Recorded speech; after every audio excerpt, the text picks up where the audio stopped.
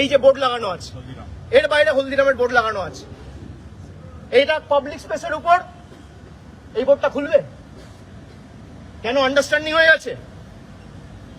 ফুটপাতের উপর বোর্ড লাগানো, পুলিশ এখানে দাঁড়িয়ে, কর্পোরেশনের প্রতিনিধিরা এখানে দাঁড়িয়ে, কেউ খুলবে না।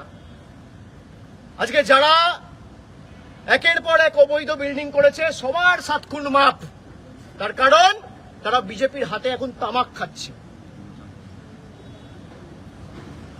যাদের ভোটের আগে বলেছিল এই করব তাই করব, তারপর বিজেপির বি টিম হওয়ায় সব মাপ। পুলিশ আজকে যে আচরণ করেছে, যে গুন্ডাগিরি করেছে, আমি এদের বিরুদ্ধে ইন্ডিভিজুয়ালি এদেরকে পার্টি করে হাইকোর্টে রিট ফাইল করব। কেউ যদি ভাবে এই এখনো এক তন্ত্র চলছে ভারতবর্ষে, দেশের সংবিধানের ঊর্ধ্বে কেউ নয়, কোনো অবৈধ কাজ পুলিশও করতে পারে না, কোনো রাজনৈতিক দলও করতে পারে না, কোনো সরকারও করতে পারে না, কোনো কর্পোরেশনও করতে পারে না, কেউ করতে পারে না। সংবিধান মেনে সবাইকে কাজ করতে হবে। আজকে যেই হাতে নাতে ধরেছে অর্ডার নিয়ে এখন ছুটে গেছে, অর্ডার সংশোধন করে আনবে। আমরা ইতিমধ্যে চিফ জাস্টিসকে লেখা শুরু করেছি, কোর্টে মামলা ফাইল হচ্ছে।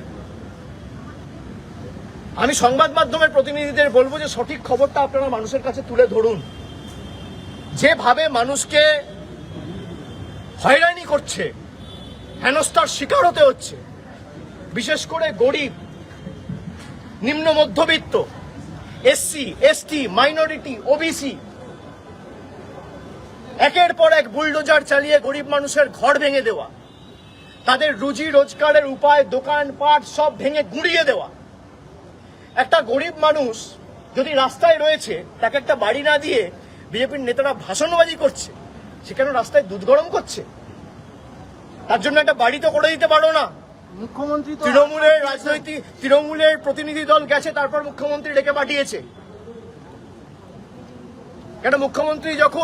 মুখ্যমন্ত্রী যদি এই ঘটনাকে সমর্থন না করে, তাহলে অগ্নিমিত্রা পালের বিরুদ্ধে মুখ্যমন্ত্রী ব্যবস্থা নিচ্ছে না কেন? আমার প্রশ্ন। আমার একটা পাল্টা প্রশ্ন থাকবে, একটা পাল্টা ছোট্ট প্রশ্ন।